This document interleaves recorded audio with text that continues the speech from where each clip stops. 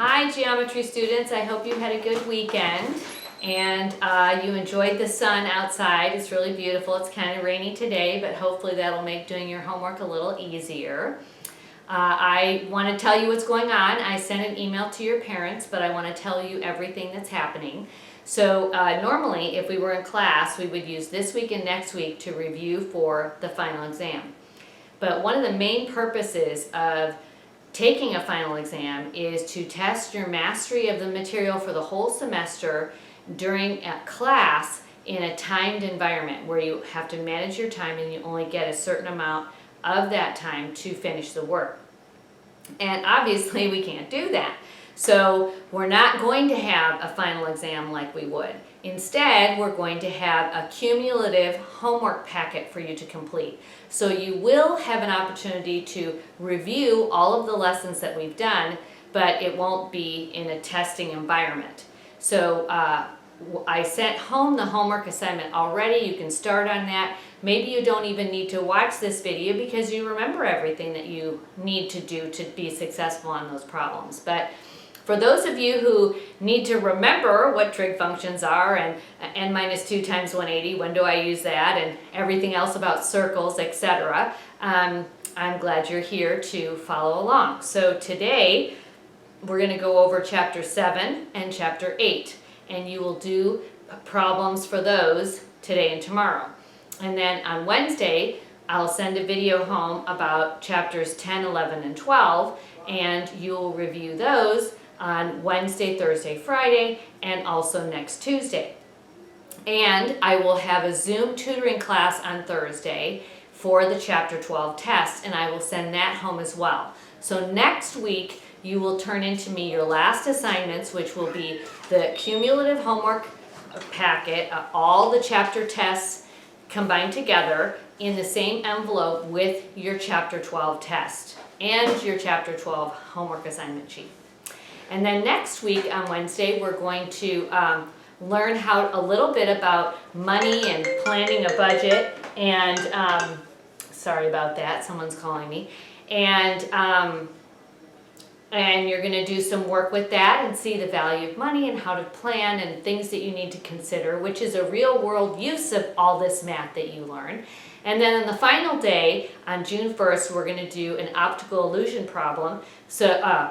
So you learn how to make a 3D looking object on a 2D piece of paper. So that should be a fun way to finish out the year. You guys have been great. I've been so impressed with how hard you've worked and continue to work even under these very challenging and strange circumstances that we have. So anyway, let's say a prayer and get started. Father in heaven, we just thank so much that you're faithful. I just pray for all of my students that they would focus and learn well and remember all of this so that they have great success next year in Algebra 2, and that you'd strengthen me and help me to be the very best teacher I can be right now. In Jesus' name, amen. Okay, let's get started. I already wrote down all the pictures so we can save time on the video. And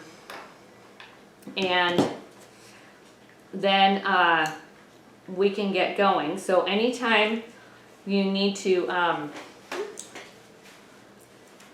pause the video, go right ahead. Okay, chapter 7 was all about triangles using the Pythagorean theorem and trig functions. This is actually one of the most important chapters all year. You will see trigonometry all the way through as long as you're taking math. You'll see it next year, a lot of it in pre-calculus, you'll see it in calculus. So having this beginning basic understanding of trigonometry will help you immensely. So this was a very important chapter. Okay, so when we have a triangle and we want to find x here, we're going to use what? It's a right triangle, we're going to use the Pythagorean theorem. Okay? So I put 15 squared in, 20 squared. Now remember, C is always the hypotenuse. So here I get 225 plus 400, 625, and I take the square root and I get 25. Sorry, I'm going very fast. I just don't want this to be a long video for you. Okay, now the next question is this a right triangle? Well, how we can know is, does the Pythagorean theorem work? Because if it does, then it is a right triangle. That is the converse of the Pythagorean theorem. If a squared plus b squared equals c squared, then it is a right triangle. So let's put our numbers in and see what we get. 9 squared is 81. The square root and the power of 2 cancel here. And 12 squared is 144. Okay, if I add these two together, I get 146. And that's not the same as 144, so no, it is not a right triangle. Okay? Okay, down here, number 3, find x and y. And all we know is we have one side, and we have the measure 45 there. Now, if I have 45 in that angle, then I know this one is 45 because the third angle is 90 degrees. Now, this should look familiar. This is a 45, 45, 90 triangle, and we have a formula here.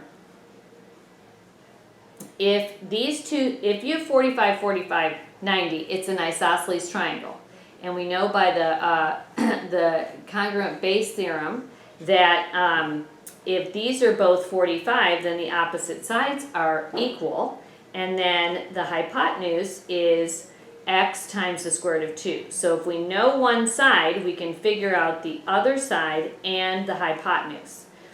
So if 10 is on this side, then we know x is also 10, and y is just going to be whatever x is times the square root of 2. It's as simple as that. You just have to know the formula. Okay, now the next one is a 30, 60, 90 triangle. And that one is that if this is 30, then this has to be 60 here. The shortest side is across from the 30 degrees, and that is x. Okay? Whatever side is across from 60 degrees is x times the square root of 3. And to find the hypotenuse, we just double x. So it's 2x. All right, so if I'm looking at this problem here, then I know 14 is in the same place as 2x. So I'm going to divide by 2, and I get 7. Okay? So x is 7, and you can just see it's half. And then once I know that, then whatever this is, it will tell me what that is, right? Y will just be x times the square root of 3, and that's it. Okay, let's go down to the next one, number 4. When I have an angle measure like this, which is 37, and I want to find a side in a right triangle, I can use trigonometry. So I need to know all of my trigonometry functions. So here's the angle, and this is what I'm looking at. I start from the perspective of the angle. So from there, I go, what am I looking for? Well, x is opposite the angle, and 8 is adjacent to it. So what trig function is opposite over adjacent? That is tangent, all right? And just so you know, adjacent over hypotenuse is cosine, and opposite over hypotenuse is sine. Okay, so let's set this up. Now I have tangent of 37 equals x over 8. And let's see, what is tangent of 37? I put that into my calculator, and I get 0.7536. And I'm going to multiply by 8 on both sides. 0.7536. And I get 6.03 approximately. Okay, so that missing side is 6.03. This is really the heart of the chapter, using these tangent, cosine, and sine. So that's why I sent the worksheets, because there really were not enough in the chapter test. I would rather have you practice these trig functions than do those proportional angle problems. I think it was 10 through 12. Okay. Now, when we have the directions that say solve the right triangle, what that means is you have to find all the angles and all the sides. All right? So let's see what we have. I know the measure of angle y is 90, and I know that xz is 25, and I know that YZ is 18. So what do I'm already halfway there. What do I need to find? I need to find the measure of angle X, the measure of angle Z, and the length of XY. Those are the three things that I need to find. All right, so how do I do that? Now, I'm going to start with the angle measures, all right? So I'm looking at the measure of angle X. If I go back up to the last problem, look at how they compare. In this problem, I have the angle and I'm missing a side. Down here, I have both sides and I'm missing an angle. So it's the opposite. So instead of using tangent or a trig function, I would use the opposite of that, which is the inverse function. Okay, so let's find out what I'm going to use. From this angle, X, I'm going to use opposite over hypotenuse. Well, opposite over hypotenuse is sine. So I'm going to use sine, but I'm going to use the inverse of sine. So sine here would be, let's talk about it a little bit. That would be opposite over adjacent, or hypotenuse, which is 18 over 25. All right? And if I change the fraction to a decimal, I get 0.72. So right now I know that the sine of X is 0.72. So now I'm going to start with this, and now I'm going to switch it around. So I'm going to say the inverse of sine equals the measure of angle X. Do you see how I switched the X and the 0.72? Do you see that? I switched the 0.72 and put that with the sine, and I took the X and put it with over on the other side. Okay? So now, when I figure out, I take my calculator and I put 0.72 in, and I hit the second button and I hit the inverse sine, and what do I get? Approximately 46 degrees. Okay? So that's how I use that. So the measure of angle X is 46 degrees. Now, the sum of the angles of a triangle are 180. And I already know that angle Y is 90 and the other one is 46. So the measure of angle Z is going to be 90 minus 46, which is 44. So that wasn't so hard. All right, and then the last thing that I need is XY. I'm going to redraw my picture a little bit here. How am I going to find that? Well, it's a missing side, and I have a right triangle, so I've got xy squared plus yz squared equals xz squared. I use the Pythagorean theorem.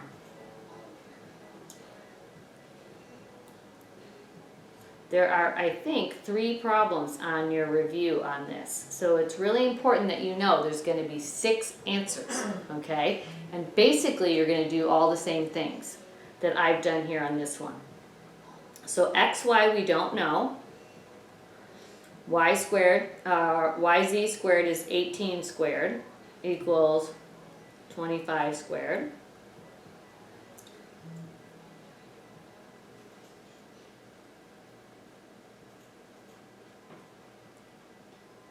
And when I work it out, I get xy squared equals 301, and I take the square root and I get 17.3. So my last side here is 17.3. So you would need all 6 of these answers to the question of solving for a right triangle. Okay, so that's all we're going to do on chapter 7. And what we're going to do now is chapter 8. I have about 4 or 5 problems for that, the most important things. Okay, so let's just keep moving right along. Here's chapter 8. Do you remember this? When we have a polygon, do you remember we did a whole investigation about how to figure out the formula? How did we come up with the formula for this? So 1, the sum of the interior angles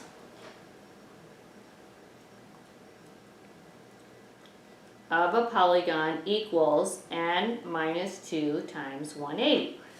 So I'm going to use that this time because I want to find this one interior angle. And I know what all the other ones are. This is a right angle, so that's 90. But what I need to know is, what would the total be? Well, that's when I use my formula. So I need to know how many sides I have. So I'm going to count them. I always mark the first one and then count all the way around. 1, 2, 3, 4, 5, 6. So n is 6. And I'm going to put that in. Okay, so that's 4 times 180, which works out to be 720. Okay, so that's the total. So what I'm going to do is I'm going to add up all these angles and set them equal to my total. And then I can solve for x. So I've got x plus 120 plus 97 plus 130 plus 150 plus 90 equals 720. If I don't have the 720, I don't have an equation. I can't solve and get an answer for x. What does x equal? If I add those all up, I get 587. And then I subtract, and I get 133 degrees. So that's the answer to number 1. Okay, back here, number 2. Now, we have to know something about this. I want to solve for x. And I've got 3 angles here, and they're all exterior angles. So I need to remember something about exterior angles. And we had an exterior angle theorem, which says that all the exterior angles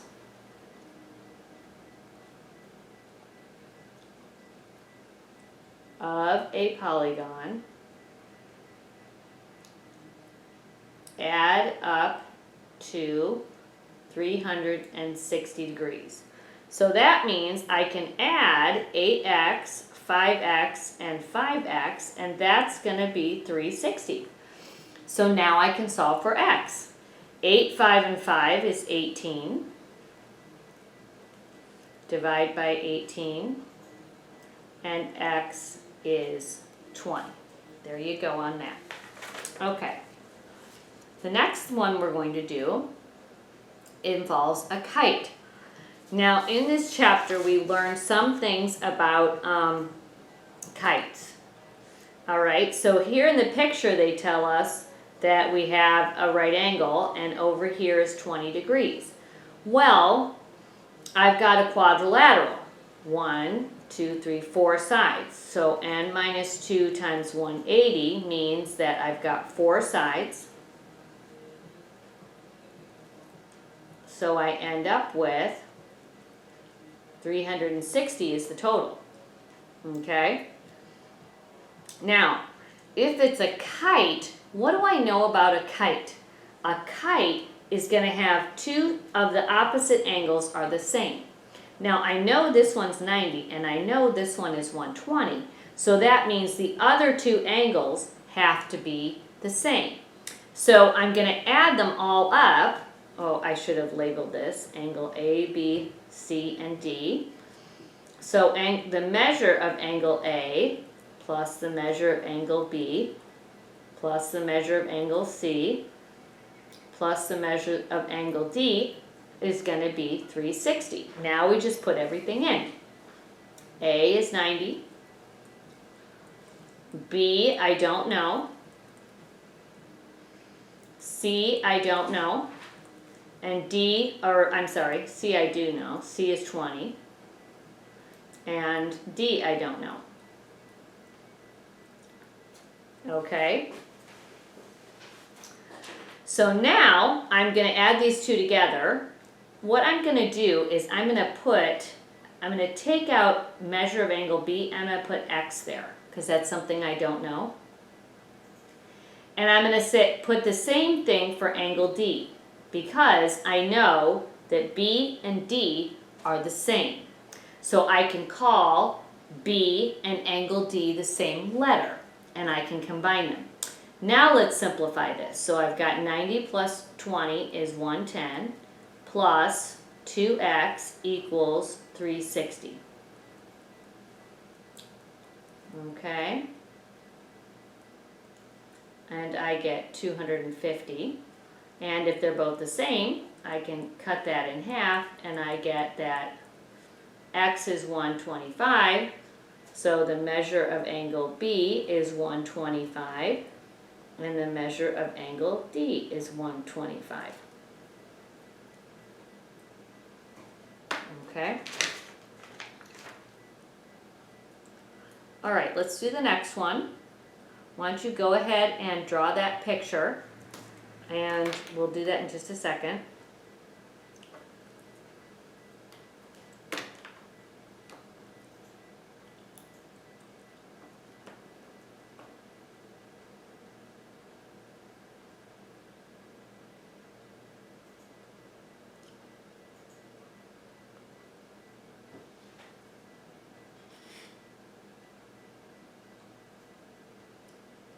Okay. Now, this needs to be added to the picture. This is parallel to, AB is parallel to DC. Okay, so now we want to find EF. What is EF called? EF is called the mid-segment of AB and DC, okay, because it cuts these two in half, all right? So we want to find EF, and we know that AB is 19 and DC is 14. Now there was a formula, and it looks like this. The mid-segment is equal to half of the sum of the other two sides. So all we have to do is substitute in the numbers that I know. So EF is going to be 1/2 of AB, which is 19, and DC is 14. And I get 1/2 of 32, 33. And that is 16.5. Okay? So that's the first part. Now, we want to find DC this time if AB is 24 and EF is 20. So let's talk about that again. I'm going to write down that formula. The mid-segment is the same as half of the sum of the other two sides, right? Now this time I know EF is 20 and AB is 24. And I'm trying to find DC. Do you see why it's important to write the formula down? You want to make sure that you put the numbers into the correct place. So now let's solve this. So I'm going to distribute. Half of 24 is 12. And then I'm going to write half of DC. Okay, so now I'm going to subtract, and I get 8 equals half of DC. Well, how do I get solve for DC? Well, I multiply by the reciprocal on both sides, and DC equals 16. So there you go, 16. All right, we're going to do one more with 2 parts to it. So this is identifying quadrilaterals. This is an important part of Chapter 8, knowing that you have quadrilaterals and the subsets of that are parallelograms, trapezoids, and parallelograms, trapezoids, and kites. And then under that, under parallelograms, you have squares, rectangles, and rhombuses. Sorry about that.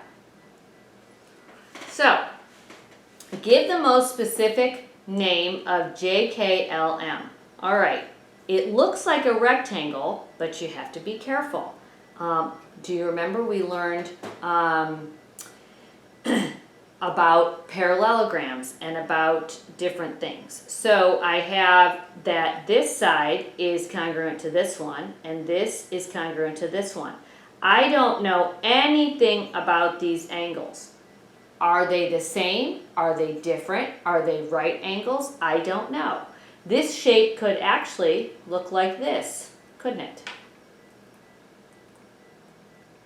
Okay, I don't know anything about them. What I do know is I've got 2 sets of sides that are the same, and we had some theorems about parallelograms, and one of them said that if opposite sides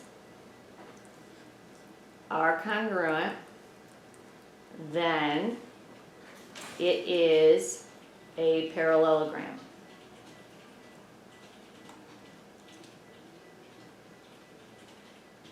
Okay? So I know I have a parallelogram. So when you're doing these problems on your chapter review test, chapter test, cumulative packet, you want to have all of those foldables out so that you can look at these different rules that we learned. Okay, let's look at this one. I know it's a quadrilateral, it's a polygon, it has 4 sides. I know that this side is parallel to this side, okay? And I know this side is parallel to this side. All right. So I know I have at least a parallelogram. And I know that I have right angles here. So now I don't just have a parallelogram. I know I have a rectangle, because a rectangle has all 90-degree angles. And if this one is 90, then this one has to be 90. And if this one is 90, this one has to be 90 here. It won't, you can't have perpendicular lines if those angles are any different, if they change at all. So we know that we have all 90-degree angles. Now, can we get more specific than that? Can I say this is a square? No.